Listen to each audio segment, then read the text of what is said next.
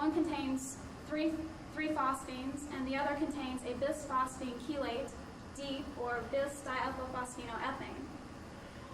There are two applications for this research. One is catalysis, and the other is biological activity.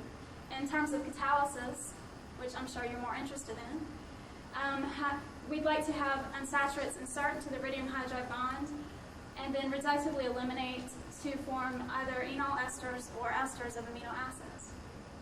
If in fact the amino acid chelate proves to be very stable, instead of reductively eliminating off the amino acid, we'd like to have additional unsaturates insert into the iridium, now alkyl bond, to form oligomers. These complexes are also chiral, which allows for the potential for asymmetric catalysis. In terms of biological activity, the L-phenylalanine trispamine 3 complex was previously found to be moderately active against HIV.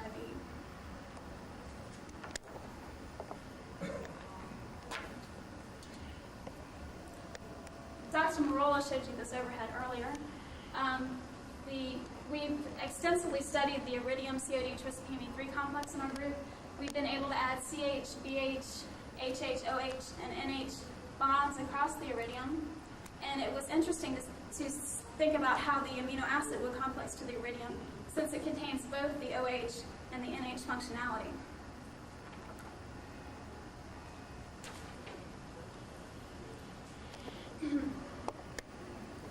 Chris Roy, a former graduate student of Dr. Marola's, was the first to create an iridium amino acid hydrido complex. And he did this by refluxing the amino acid with iridium COD trispamine 3 and water. And in all instances, he used mono-substituted amino acids containing only one R group, and which led to the meridinal isomer, the meridinal arrangement of phosphines, with the hydride trans to nitrogen in each case. And the crystal structure of this complex was solved. Chris attempted to get reactions with unsaturates, but he was unable to do so.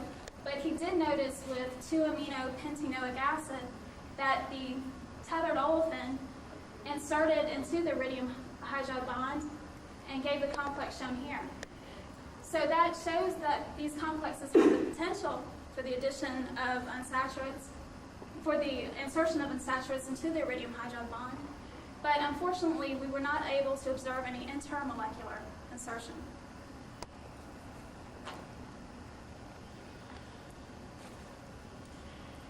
When I first joined the group, I began by synthesizing amino acid complexes that contained amino acids which were similar to the phenylalanine complexes,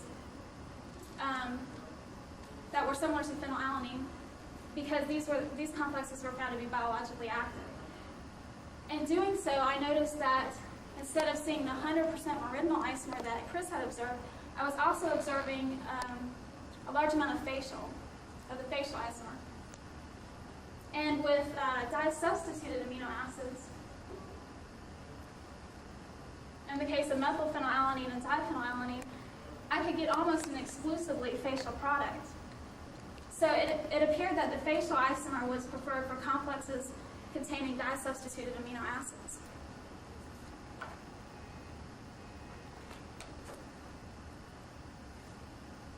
The reason why the facial is preferred for dye-substituted amino acids may have to do with the fact that these two R groups in the meridinal arrangement are being forced to interact sterically with these bulky trimethylphosphines.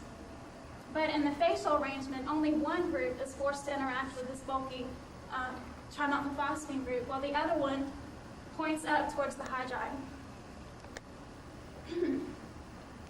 The facial isomer was thought to be more sterically strained, since the three phosphines are now being pushed in close proximity and are forced to interact sterically. Normally, complexes containing 3 trimethylphosphine ligands arrange in a meridinal fashion. So it's postulated that the facial isomer would be more likely to lose a ligand and react with an unsaturate. But unfortunately, we were unable to observe any reactions with unsaturates for these tris-PME3 complexes. We then move to a bis-phosphine system in which we have chloride in place of the third phosphine. We know that, as Dr. Marola talked about earlier, we know that chloride will dissociate and will substitute for water, or the water will substitute for the chloride in aqueous solution. And we also know that the water is a very labile ligand and can be replaced easily by unsaturates. So this system should be a lot more reactive than the tris-PME3 system. This complex was synthesized by first adding DEEP to the iridium COD chloride dimer solution in methylene chloride at -78 to form this iridium COD bisphosphine chloride complex. The chloride will dissociate in water to give this 4-coordinate complex, which is reflexed with the amino acid in water to give the complex shown here. And this has been fully characterized by proton NMR, phosphorus NMR, and CH analysis.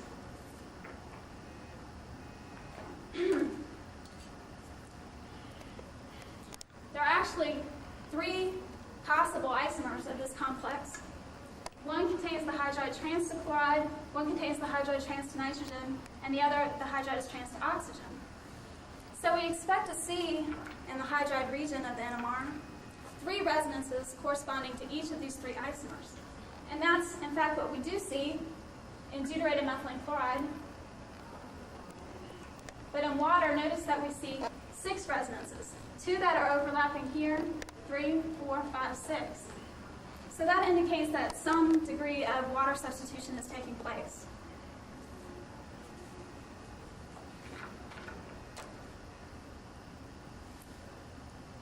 So now the question becomes, which hydride resonances correspond to chloride-bound species, and which resonances correspond to water-bound species? There are actually 2 experiments, 2 complementary experiments that we can do to determine this. One is we can add sodium chloride to the solution. The excess chloride ion will shift the equilibrium in the direction of the chloride-bound species.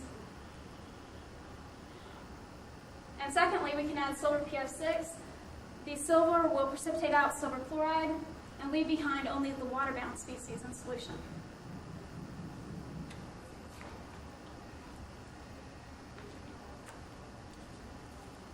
This NMR spectrum shows the effect of chloride addition. Notice that one of these overlapping peaks disappears and we're left with a sharp triplet here.